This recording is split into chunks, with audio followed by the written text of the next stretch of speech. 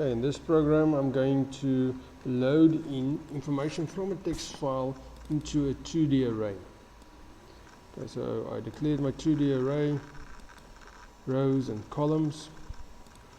I saved it in money.txt. I saved it like this. This will be row 1, row 2, row 3, row 4, row 5, and this will be everything in the first column, second column, and the third column. So I can basically just load everything over to my 2D array. But I'll have to do some string handling to copy out the first value, then get the second value, put it in the second column, get the third value, put it in the third column. Okay, so when the program starts, I'm going to say under form create, I'm going to say display all the headings. Okay, so form create, all the names will be in column, the first column, and all the days, different days, will be on top over there. Okay, so when I click on the button show me the money, I set I row to 1, I column to 1, I biggest to 0, do my test for the text file, assign, reset. Then I'm going to read the first line out of the text file. Now I need to get the first value. So to get the first value, I have to get the position, the first comma, then copy everything up to the comma -1. And I'm going to put that into my array I row I column. So I row will be 1, because I row was 1, I column was 1. Okay, so 1 and 1. Take it in, display it in my string grid. With the string grid is first columns, then rows, and I'm going to display it as a currency format, so I'm going to use the float to string f. Then to get the second value, I'm going to delete everything up to the comma, and then use the copy again to copy everything up to the second comma, which is that one over there, to get the second value, the 200. Put that into I row 1, but I column 1 plus 1, because I want to put it in the next column. Then I'm going to do the same thing with my third value in my text file. I'm going to delete everything up to the last comma.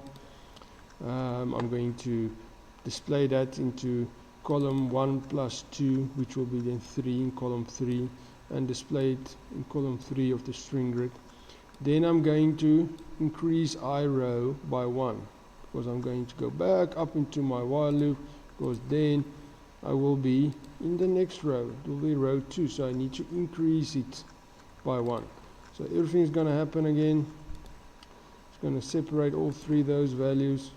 Then at the end I have to say I row, increase I row by 1 to go to the third row.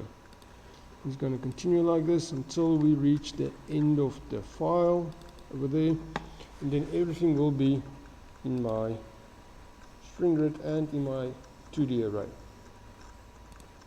Okay. To get the totals, I need to run through my 2D array again. If you run through the 2D array, you need to use 2 for loops. Okay, one for rows, one for columns. Over here I didn't use the second for loop because I just manually added the one every time. Okay, but usually when you want to run through a 2D array, we use 2 for loops, one for the rows, one for the columns. Then I just add everything, and I will save it in iTotal, and then I will divide it by 3 to get the average, and then I will display the average as well.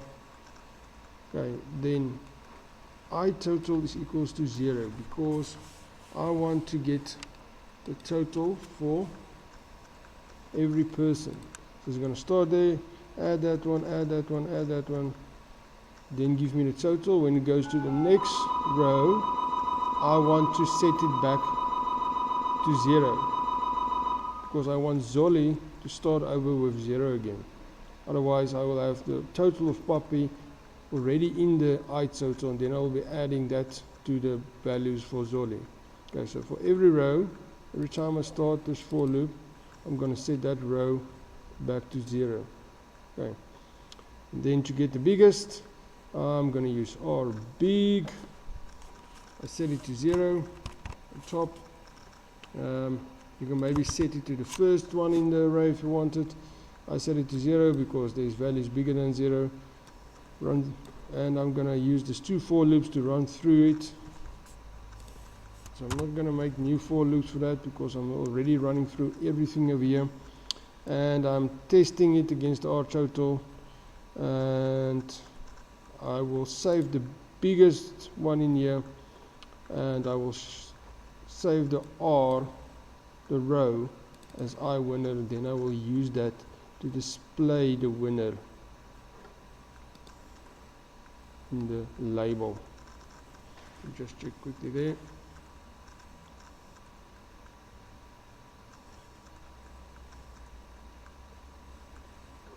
Okay, show me the money. Looks like Puppy got the most money with 402, so it's going to constantly check who's got the biggest total, running through this for loop in here, comparing them all, and then by using that R and putting into I winner, we will know who is actually the winner, because Puppy was saved into string grid.cells 0 and 1.